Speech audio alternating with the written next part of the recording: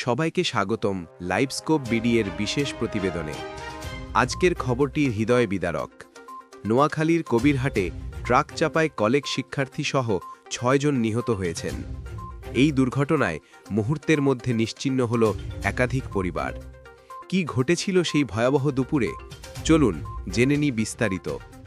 মঙ্গলবার দুপুর 1:45টার দিকে কবিরহাট টু বসুরহাট সড়কের আলিয়া মাদ্রাসার সামনে ঘটে এ ভয়াবহ দুর্ঘটনা। সিএনজি চালক খোরশেদ আলম খোকন ৫ জন যাত্রী নিয়ে বসুরহাটের দিকে যাচ্ছিলেন। হঠাৎ সিএনজির সামনের অ্যাক্সেল ভেঙে নিয়ন্ত্রণ হারায় গাড়িটি।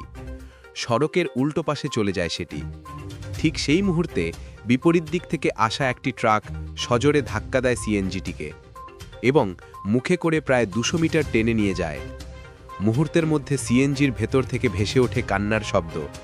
রাস্তার দুই পাশে ভিড় করে মানুষ, কিন্তু বাঁচানো যায়নি কাউকেই। ঘটনাস্থলেই ৪ জনের মৃত্যু হয়। পরে হাসপাতালে আরও ২ জন মারা যান।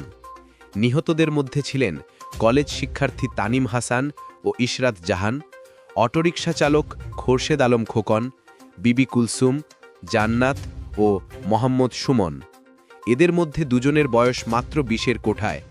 জীবনের শুরুতেই শেষ হল সবকিছু। পুলিশ ও স্থানীয় সূত্রে জানা গেছে, দুর্ঘটনার পর ট্রাক চালক পালিয়ে গেলেও প্রায় ২.৫ ঘণ্টা পর নরোত্তমপুর ইউনিয়নের চিস্তিয়া দরবার শরীফের সামনে থেকে তাকে আটক করে পুলিশ। কবিরহাট থানার ওসি মোহাম্মদ শাহিন মিয়া বলেন, আমরা ঘটনাস্থল থেকে ৪টি মরদেহ উদ্ধার করেছি। বাকি ২টি মরদেহ নোয়াখালী জেনারেল হাসপাতালে রয়েছে। তিনি আরও বলেন, আটক ট্রাক চালক আব্দুর জাহেরের বিরুদ্ধে আইনগত ব্যবস্থা নেওয়া হবে। এদিকে দুর্ঘটনার পর স্থানীয়দের মধ্যে শোক ও ক্ষোভ দেখা দিয়েছে। রাস্তার পাশে ফুল, মোমবাতি জ্বালে শ্রদ্ধা জানাচ্ছেন এলাকাবাসী। এক মুহূর্তে ৬টি প্রাণ হারিয়ে গেল। একটি অসাবধানতা কতটা ভয়াবহ হতে পারে, এই ঘটনাই তার উদাহরণ। আপনি কি মনে করেন ট্রাক চালকের দৃষ্টান্তমূলক শাস্তি হওয়া উচিত নয় কি? নিচে কমেন্টে আপনার মতামত দিন। ভিডিওটি ভালো লাগলে লাইক দিন, শেয়ার করুন আর সর্বশেষ সংবাদ পেতে লাইভস্কোপ বিডিকে সাবস্ক্রাইব করে পাশে থাকুন।